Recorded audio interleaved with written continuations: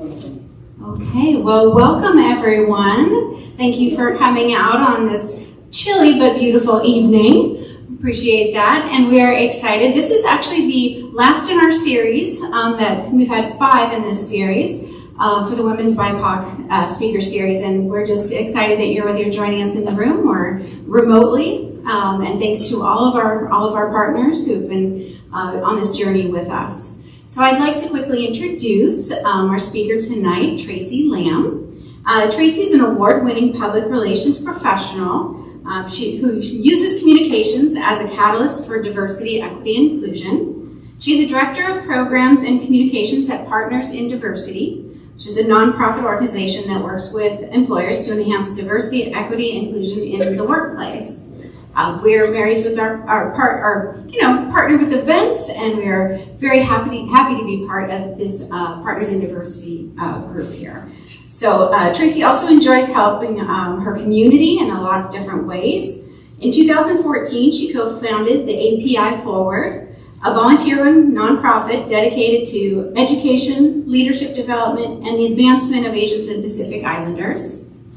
Current community service work includes serving on the board of Sportum Oregon, the Diversity and Inclusion Committee of the Public Relations Society of America, Oregon chapter, and the Multnomah County Budget Advisory Committee, and the Oregon Public Broadcasting Community Advisory Board. You are one busy lady. Well, without further ado, please welcome Tracey.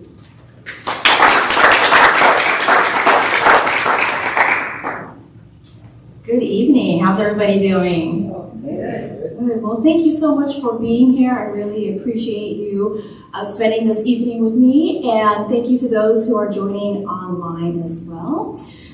So I have to admit, when Stacy from Mary's Woods contacted me in June, by the way, kudos for planning ahead, I was a little bit terrified.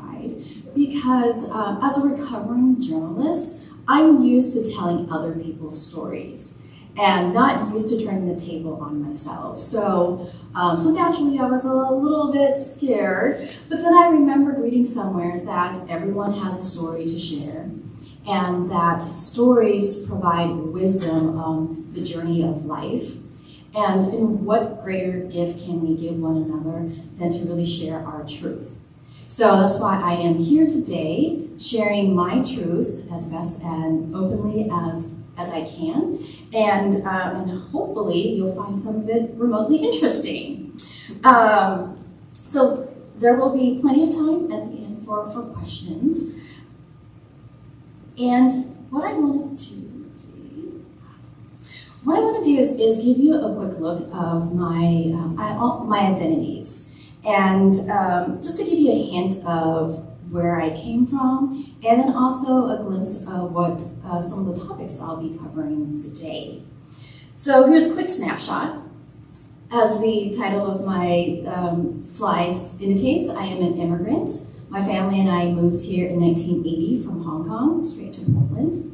I have 2 older brothers, making me the baby of the family and the only girl. It also meant that I watched a lot of sports growing up, and a lot of my dolls and stuffed animals got shot up by BB guns. It also meant we played with lawn darts, the real ones, not the safety ones that we have today. So thankful that I have all of my limbs with me. And then I identify as a Chinese American. My family was naturalized when I was in 5th grade, I believe, and I really remember helping my parents study for the naturalization exam. At that time, they were still learning English, and so we spent a lot of time interpreting and translating and helping them get through the exam. And I also really remember, and I'm very proud of them for learning the Pledge of Allegiance and standing up there at the naturalization ceremony and being able to recite it. So I do remember that I was young, but I remember the feeling of being there and watching them become naturalized citizens. And one of the things that my parents really wanted us to do was maintain our heritage, and that meant our language.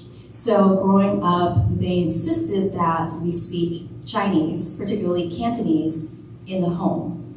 And so we grew up speaking Cantonese with each other. And then in college, I also learned Mandarin, which is another dialect in Chinese. So as a result, today I am able to speak 3 languages. And I grew up in a multi-generation home, and that's very typical in the Chinese community. And so my grandmother and one aunt lived with us for the most of me growing up. And I always joke that because of that, I had to share a room with my second oldest brother until about middle school. And then my cousin came from Hong Kong and studied, and so I had to share a room with her. So I never really got my own room until high school. But that was fun. It was really fun to be able to hang out with relatives. And I am a first-generation college student, which means I'm the first generation in my family to get a college degree. So my parents, I think my dad finished high school. I'm not sure my mom did. So our generations of my brothers and my cousins were the first to get a college degree. And I mentioned that I am a recovering journalist. I graduated Boston University with a degree in journalism. And I'll talk a little bit more about that in a moment. And I'm a cat mom, so I have a little fur baby as well. And certainly these aren't my only identities, but I really wanted to share these because they are the identities that I think help me build the values that I have today. And some of the stories I will share with you are based on these identities. So this presentation is about my experience as an immigrant, and I hope it'll give you a better understanding of the joys and challenges of moving to a new country, especially for me as a kid in the early 80s. And these are my stories, though I suspect that it would resonate with other immigrants in the feelings that I experienced as well.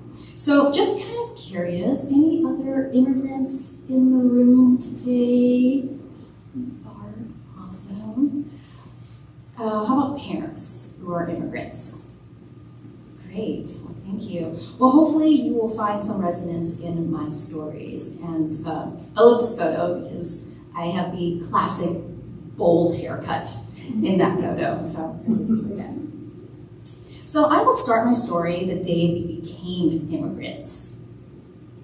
These photos were taken March 1980 when my parents, my 2 brothers, and I got on a plane, left everything we knew in Hong Kong, and came to Portland. The photo on the left is all of our families at the airport saying goodbye. I'm being held by my uncle on the far left in the white sweater. And I was about 5 at that time. And I remember family members crying at the airport, but I really didn't understand what was happening or the impact that it would have on me. And then the other 2 photos are just other photos of us along the journey, and then my 2 brothers and I in the bottom right-hand corner. And I also remember arriving in our rental home in Southeast Portland, corner of 24th and Division. The house is still there. And the 3 of us, the 3 siblings, sharing a mattress on that first night. And then the next morning, I remember eating noodles on the floor because apparently our furniture hadn't arrived yet. So these are just some really early memories that I have arriving in the United States. And when I arrived in the U.S., my name was not Tracey Lam. Of course, I was given Chinese name when I was born. And in the Chinese culture, a name is very important and often chosen with care because it oftentimes can reflect the family's past, its hope for the child's future, and even perhaps the personality or character of the individual. So on the left of this are the names of my brother and myself, and the third one on the bottom. In Cantonese, it's pronounced Lam Lai Zhong. And it means, so Lam is my last name, and it means forest. And my given name, Lai Zhong, means solemn or dignified beauty. So Zhong can also mean village, and I know that my dad does miss his home village in China and where he grew up, so I'll talk a little bit about that in a moment. So we came here because of a family who sponsored us to come to the United States. And they, when we arrived, they thought it would be easier for us to have Americanized names to get through the system. And they thought it'd just be easier for the kids to pronounce our names, because again, this was in 1980 when a lot of kids hadn't had exposure to kids from other countries. So we were given Americanized names: Kevin, Jeffrey, and Tracey. I don't know why to this day they chose these names or the way they spell it, but to this day, if there's a Tracey that's spelled without the E, I always think it's spelled wrong. So I do appreciate that. But as I got older, what I realized, what they were saying is that in order to fit in, we had to change our identities and we had to change our names and to assimilate. I didn't know it at that time, but as I got older and upon reflecting in preparation for this, that's something that I have learned as I grew up. And it was my first lesson in what I now know is the legacy of historical discrimination and anti-immigrant sentiments. So that fall, I started kindergarten. I couldn't find the kindergarten photo of me in the US, so this is a photo of me in kindergarten in Hong Kong. That's me on the right. I think my mom still has that outfit somewhere. And I remember being called to the front of the room on the first day of kindergarten, super shy, and still new to the culture, getting used to the norms, barely knew any English. The teacher asked what I had for breakfast. Again, I had very limited English skills, but I knew what he was asking, but I didn't have the words, the vocabulary to describe it. So he thought he'd help me out, and he started naming some food items, right? So he's just rattling off some names. And then when he got to a word that I recognized, I nodded. And what happened next has been seared into my memory. So the word was hamburger. And as soon as I nodded yes to hamburger being what I had for breakfast, I remember the kids laughing, right? Because that seemed kind of odd. And looking back, I realized that was the first time I felt like I was an outsider. My family didn't eat the same kinds of breakfast that the kids in the class did.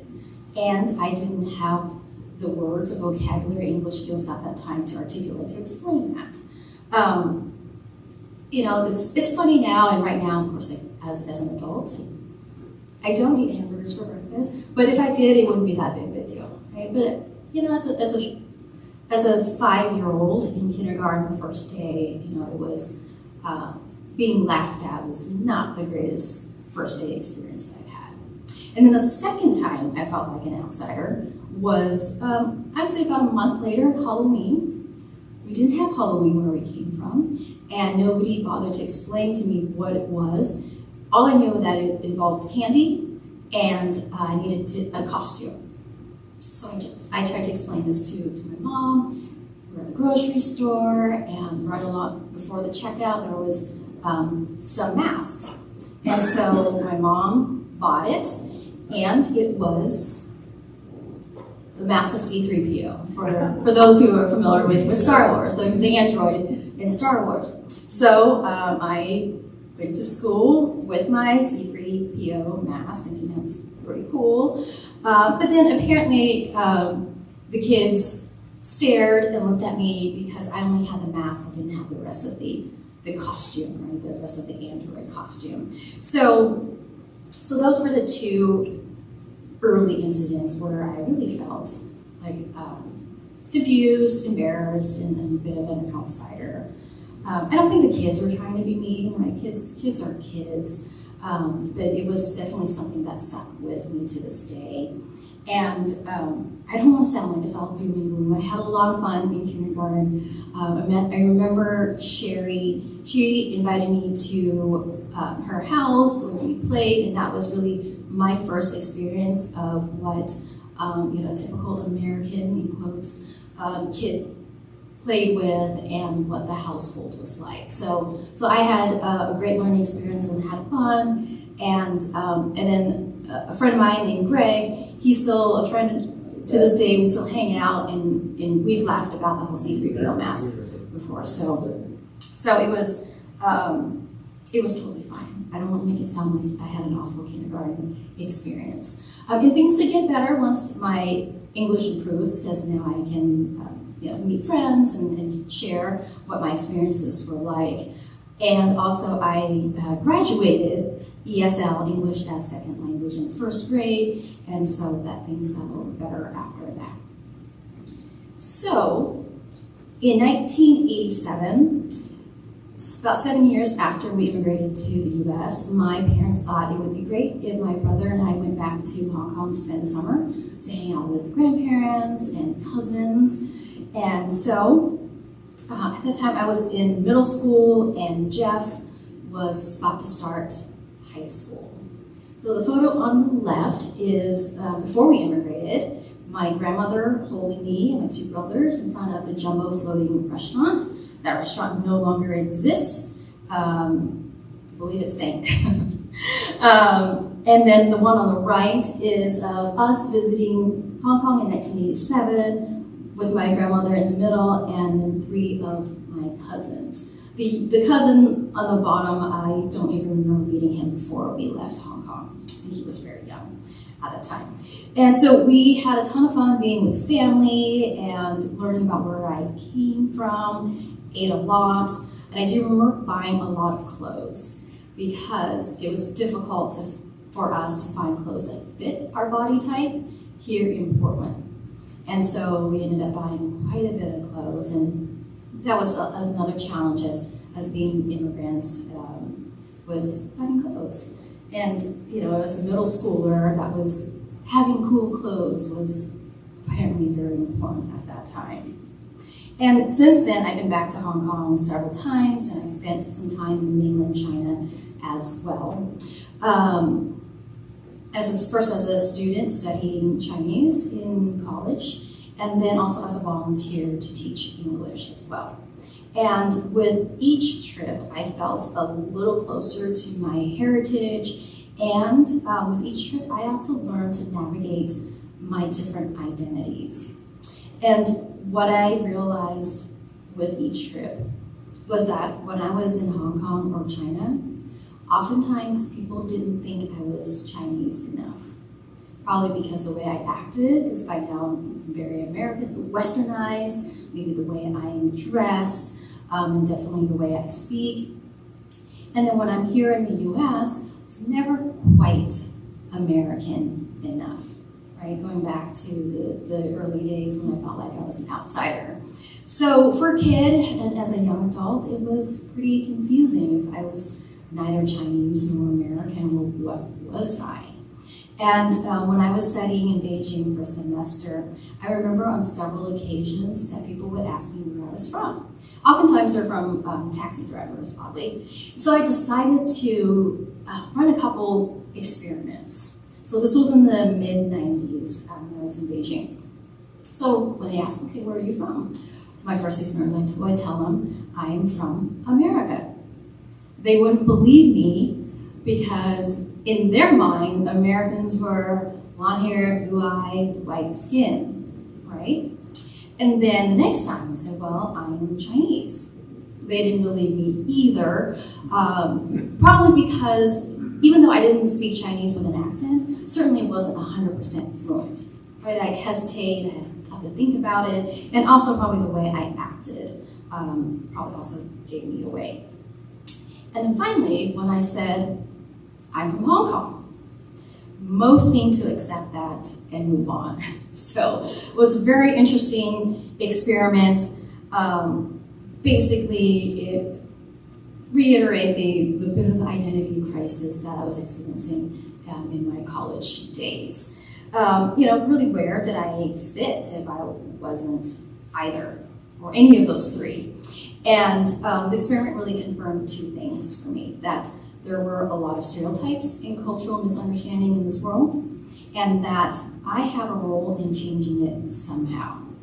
At the time, I didn't know what it was and where it would lead me, but I think what I'm doing today is a result of some of these experiences. So, after graduation, it was immediately off to work. And since this is not a job interview, I won't bore you with all of my resume, but here's just a quick look of the places where I've worked. And as I look back on my career, there seems to be some common thread among the jobs I chose. I chose to be part of these organizations because it allowed me to empower people through knowledge or support and to build community. And perhaps it was a result of some of my identity crisis experiment. In any case, I was allowed to use my unique perspective in leveraging my different identities for some good, right? So there was some good that came out of it. One example, oops, this next slide for some reason is not showing up. I'll just talk right through it. So the first example I was going to talk about, it was at KATU, my first full-time job. Remember, I majored in journalism. So I was one of the few people of color in the newsroom at that time, and this was in the late 90s. But I was able to bring this cultural lens when it came to reporting and also within the newsroom. So, and for a while, I also supervised the internship program, which allowed me to mentor some students of color, and a couple of them I still keep in touch with to this day. And then at Partners University, my current job, there we go, I'm able to help employers advance diversity, equity, and inclusion in the workspace. And here I have the privilege of serving as a director of programs and communications and allowing me to share best practices and innovative approaches to diversity, equity, and inclusion. And I also get to help develop programs that build community. And this photo here, it was taken at a networking event that we call Say Hey, that we host every quarter. And you just see all the beautiful faces, and this is an opportunity to build community and to network. If you're not familiar with Partners in Diversity, shameless plug here, I invite you to learn more. And so my volunteering experiences have also been an important piece of my identity. So here's just a quick look of organizations that I'm either currently a part of or was part of. And Stacey mentioned some of these. But I want to share 3 lessons from these volunteering experiences that have left a mark on me and really helped me find my identity. The first one happened about 15 years ago when I participated in an overseas volunteering program called Global Volunteers. It was a 2-week trip to China to teach English to college students at technical college. So these students needed extra help, particularly their verbal skills in English. And it was in a city called Xi'an, and it is the ancient capital of China in the northwest region. And it's also where the terracotta warriors were. I don't know if you're familiar with that. So I have a picture of that in the bottom right-hand corner. And so I had never taught before, but because I had to learn English as a child, I understood the challenges of learning a different language and some of the tricks to learning a language as well. So I felt really comfortable sharing my learnings with the college students. And also, I was a bit of an introvert as well. And so I was able to help some of the shyer students get up in front of the class and practice verbally their English. So I thought that was really a moment when I realized my dual identity as a Chinese American was a benefit to others. And I also gained a new appreciation for my parents. Not that I wasn't appreciative before. When I was there, I learned that most of the teachers there live on campus, not because they didn't have anywhere to live, but it turns out it is common for many Chinese workers to live, especially who live in rural areas, to travel thousands of miles to find jobs in the cities where there are better paying jobs. And so as a result, their children are left in the care of grandparents or other relatives, because oftentimes the spouse has also traveled hundreds of miles to find work. And as a result, they oftentimes didn't see their kids for months on end. And this was before FaceTime, before Zoom, before any of that, right? Even phone calls, this was before, they did have cell phones, but not very prevalent and probably pretty expensive to have. So communicating with the kids were also a challenge. And I had a chance to visit their dorms, and it's in the picture on the top right. So you can see that there were bunk beds in there, and it was pretty tight quarters as well. And hearing about the teacher stories reminded me of my dad, who left Hong Kong to work in Curacao in the Southern Caribbean for a few years while waiting for immigration papers to come through. The photo on the left shows him at the airport. He's kissing my second oldest brother goodbye. I don't think I was born yet at that time, because my mom thinks this was in the early 70s. And so in Hong Kong, he was a manager of a department store. In Curacao, he worked as a cook in a restaurant. So he had to learn a whole new trade. And that's a photo of him somewhere in Curacao. Once the paperwork came through, he moved to Portland by himself so that he could get things set up for us before my mom and the kids came. So he got a job at a restaurant. He already knew how to drive, but so he just had to take the driver's test and get his license. He found a place big enough for all of us and arranged a potential job for my mom. And all of this so that when we came to the US, we didn't have to start from scratch. And so clearly my parents had this long-term plan for us to build this American dream. But of course, what that meant was that they were away from each other for many years. I was told that he didn't even make it back for my birth. And so for the first few years of my life, I didn't know my dad. And at least I don't remember it, right? Because I would have been 3 or 4 at that time. So meeting the teachers on that volunteer trip really made me grateful that my family was able to be together again, and the sacrifices that my parents made, my dad traveling to another country in order to get us set up and prepared for the life that we have today.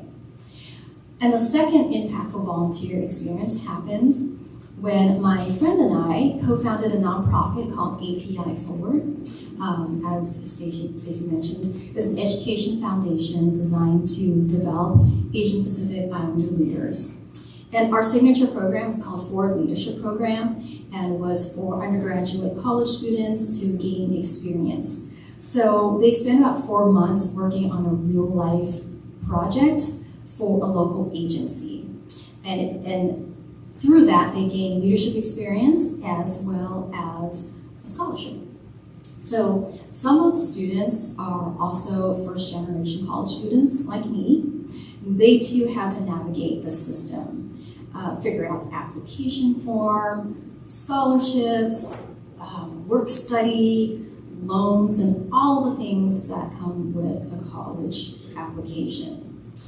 And the reason why I share this, and the reason why this has made such an impact on me, was that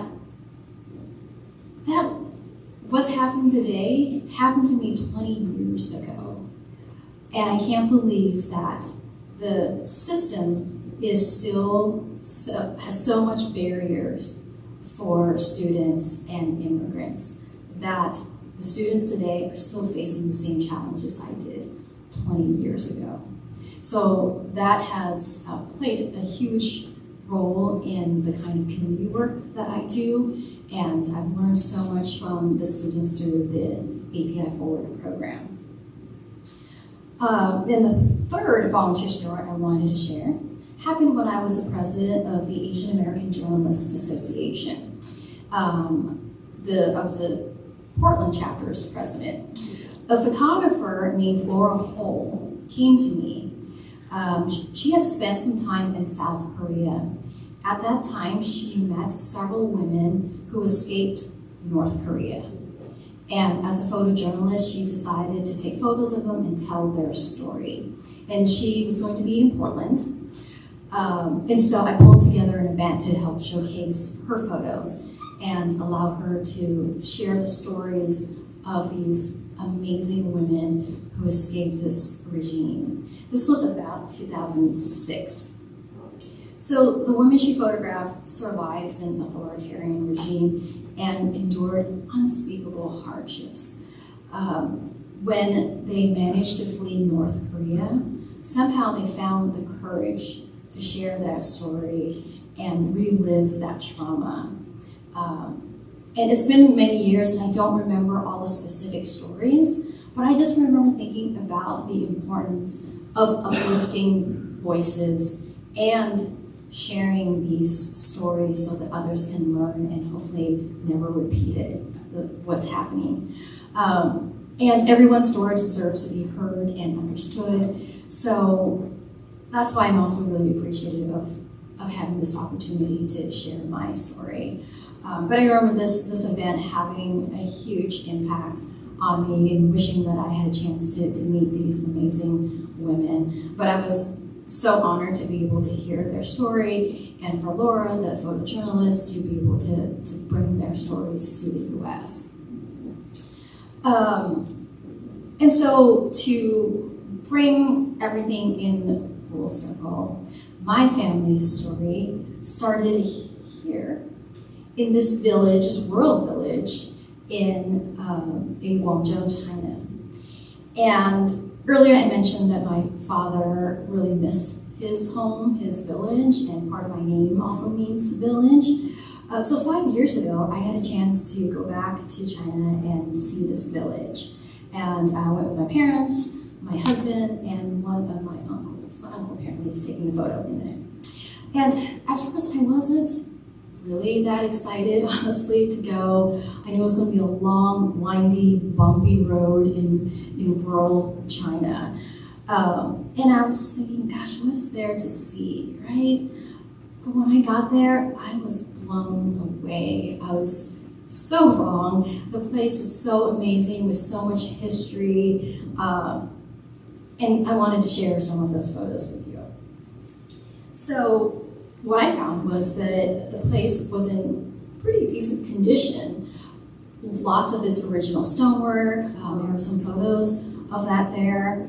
It has electricity, but it did not have plumbing. So there was an outhouse and there was a well that doesn't have any water anymore.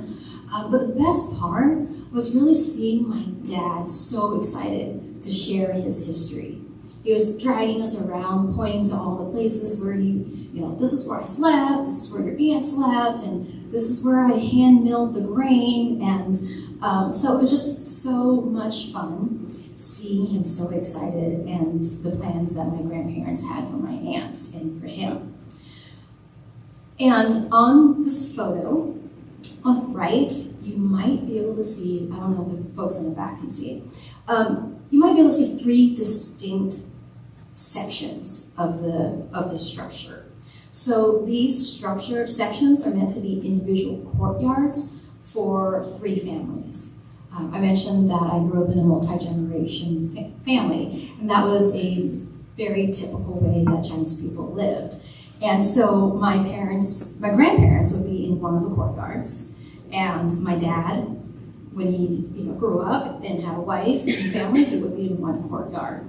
And the third one could be reserved for my dad's oldest son or maybe a younger aunt who hadn't been married at that time. So it was just really neat to see that they would share one kitchen. That's how the courtyards would work. And the village had just like so much history. I loved being there. Mosquitoes and all. I also met some longtime family members who take care of the house for us. They raise hens apparently in that house, and they kept an amazing home cooked meal with the freshest ingredients you can think of. And being able to see my family homestead was such a gift, and not very many people get to see it. So I really appreciated this, and throughout school having this dual identity was really confusing. But as an adult, I have appreciated and embraced it and realized, how much good I've been able to do because of my dual identity. And just grateful for this opportunity to also see the family home. And incidentally, my dad's home is really the only one that's still in its kind of original state. Everywhere else around it has been modernized. I couldn't find a photo of the rest of the streets. But yeah, they're the only ones that seem to be kind of like locked in time. So it's really, really cool.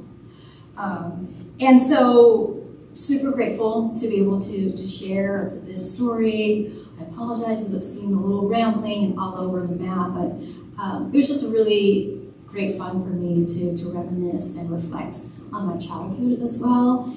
And huge thank you to all of the organizations that helped make this series possible. And I'm probably going to forget some, but the African American Women of Lake Oswego and surrounding area, Lake Oswego Public Library, LO for Love, Westland Public Library, Linn Alliance, Mary's Woods, Respond to Racism, City of Lake Oswego, and Friends of Lake Oswego Library. So thank you so much. And this is one of my favorite photos of me. I didn't know, it didn't fit anywhere else, so I put it here. So thank you again.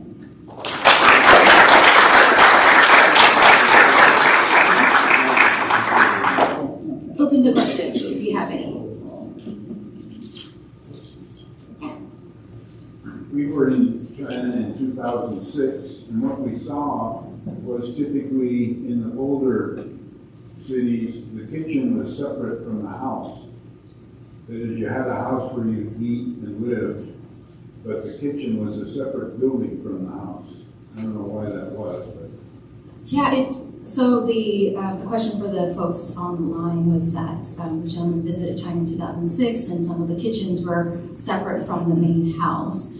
I suspect it may have been, actually I don't know, that's a really good question, because the houses that I've been into, especially the older homes, oftentimes they cooked, so the bed, yeah. so there would be a bed, and then the cooking fire would be under the bed in the stone, so that the fire would keep the bed warm, and the family would sleep on there. So I don't have an answer to that. That's very interesting. Maybe it was built later, Yeah. perhaps?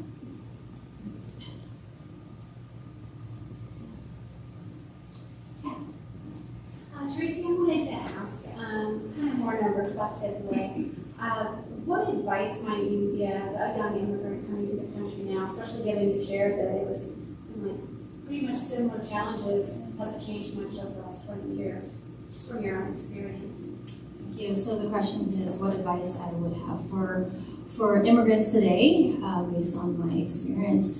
There's certainly a lot more resources today than when we had in 1980. And the challenge for new immigrants is really to find community. And there are definitely lots of resources. And resources now are translated in many languages. Because when we got here, that was certainly not the case. And so, we barely spoke the language, and now we have to navigate all of this. So my advice for new immigrants is to seek community and ask questions. there is there was a group, I don't know if they're a formal group or not, but I know that there are people who have worked with the airport to greet refugees who are coming in. And it's almost like a welcoming party for them, and it helps them get connected and just feel welcome. You know, getting off the plane, the airport is confusing, frightening, busy, but to have people there who are welcoming and getting them to the right place and giving them resources, that's been really helpful as well. So I'm grateful for the resources that are available today.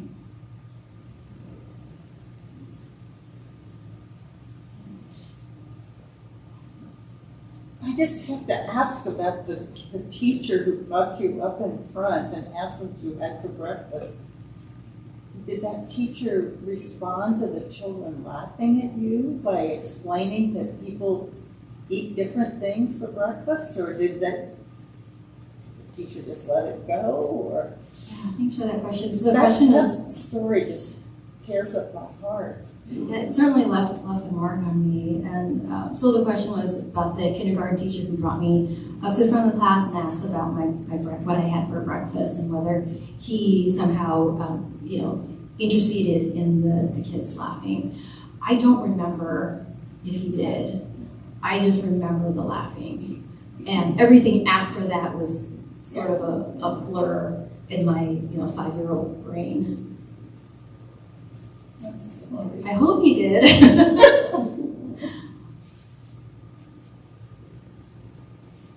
You didn't mention anything about Chinatown in Portland. Did you participate in events there? What do you think I hear the garden's supposed to be great, but I don't know if it's losing its draw because it's the area sometimes is sketchy and or if they're getting filled up by these larger buildings. Yeah, so the question was about Old Town Chinatown and the Chinese garden that's there. Growing up, it was much different. We didn't get out that much when we were kids because my parents worked all the time. But today, yeah, I do participate in activities of the Chinese garden. And I used to be a member before the pandemic, and I would host weekly Chinese conversations in the tea house. And just a really beautiful area.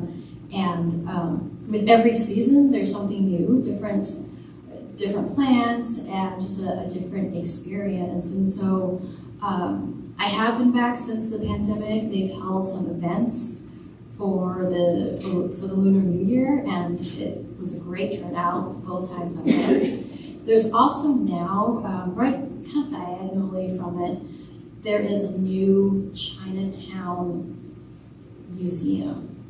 I'm not saying the name right, but it is Chinese museum. And I got a chance to experience it, and it's really fascinating. There's so much history about Portland Chinatown and the restaurants and the businesses that used to be there, before and after the completion of the Transcontinental Railway. So if you have a chance to go, please do. I know a lot of people are concerned about the homeless situation in there. Honestly, I go during the day and it's fine for me. I feel safe. Obviously, be alert, as with anything, especially as a small female, I'm always concerned. But, I've been there, like I said, since the pandemic, and still enjoy that place. What are some of your ideas for keeping your culture alive, particularly for younger immigrants who might be trying to assimilate and don't really see the value in the importance of their culture? How do you keep that going? Yeah, so thank you for that. The question is, how do we keep the culture and the heritage alive, especially for the younger generation? I see that in my niece and nephew. They're 14 and 12, and they're definitely, first of all, they understand a lot of Chinese, but they don't speak it to us. anymore. When they were little, they did, but as they got older, they just stopped speaking to us in Chinese. And I do worry about that a little bit. I think a lot of it is the families ensuring that they continue a lot of the traditions. My mom still does a lot of the traditional holidays for us in the best way that she can. Right? There's some ingredients and there's certain things that she's not able to get here, but it's really the spirit of it. I think that's really important. And because there are a lot of cultural centers, like the Chinese garden, there's a Japanese garden and the museums. I think those are really important things for kids to experience. And then, I'm gonna bring this up with the schools. A lot of states are now banning certain curriculum, banning certain books that talk about our history, and that's, there's danger in that. We're all going to start losing our heritage and our history with that. So I guess my advice is, as parents and as leaders in the community, is really protecting the ability and access to information. Kids these days have a computer in the palm of their hands. I think just really encouraging the leveraging that access to information that we didn't have, right? We grew up with encyclopedias, but kids have so much access, and I'm really just encouraging them to use that and learn.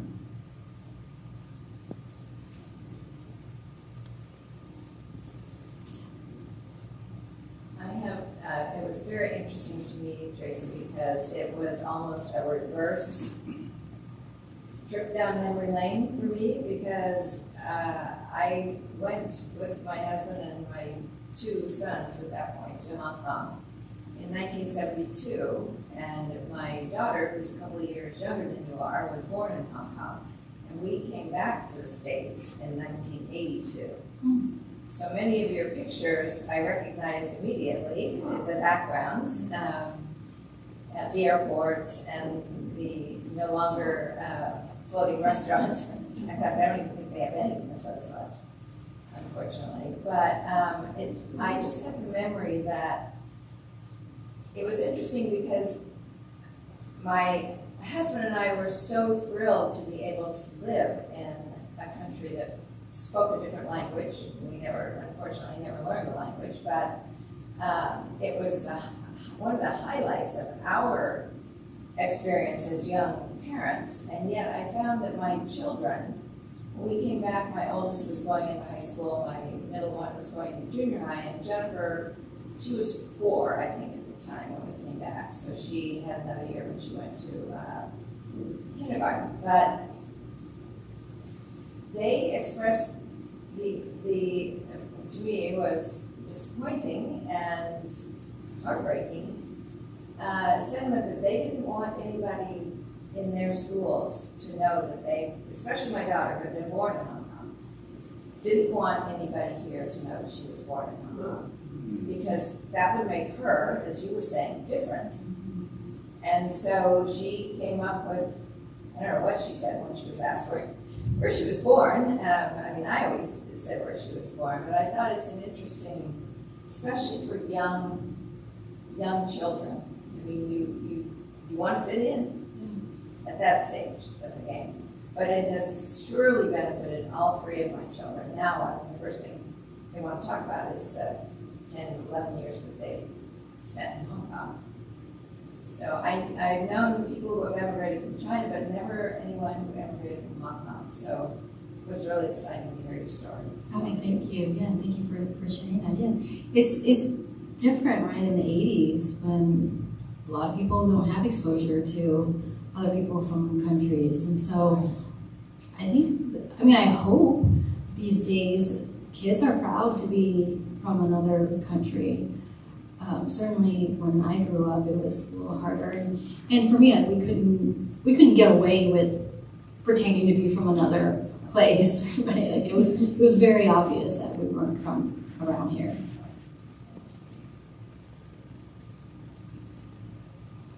Questions?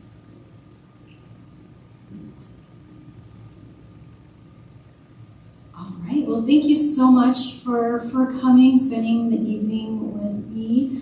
I'll hang out here for a little bit longer if you want to come and chat. I also have some business cards if you want to grab them. And thank you for those who are online. Hope you're still awake. Thank you so much for being here.